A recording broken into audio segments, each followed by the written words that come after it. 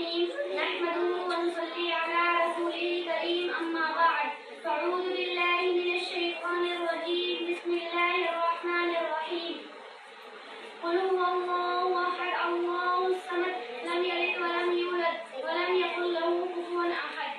محترم بزرگوں اور بہنوں، السلام علیکم.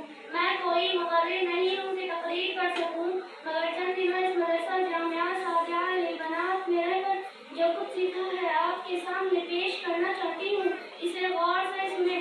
میں نے ابھی آپ کے سامنے قرآن پاک کی ایک سورت کی تلاوت کی ہے جس کا مطلب مفہوم یہ کہ اے نبی صلی اللہ علیہ وسلم کہہ دو کہ اللہ ایک ہے، اللہ بے نیاز ہے، اس نے نہ کسی کو جنا اور نہ جنا گیا اور کوئی اس کا ہمسر نہیں ہے.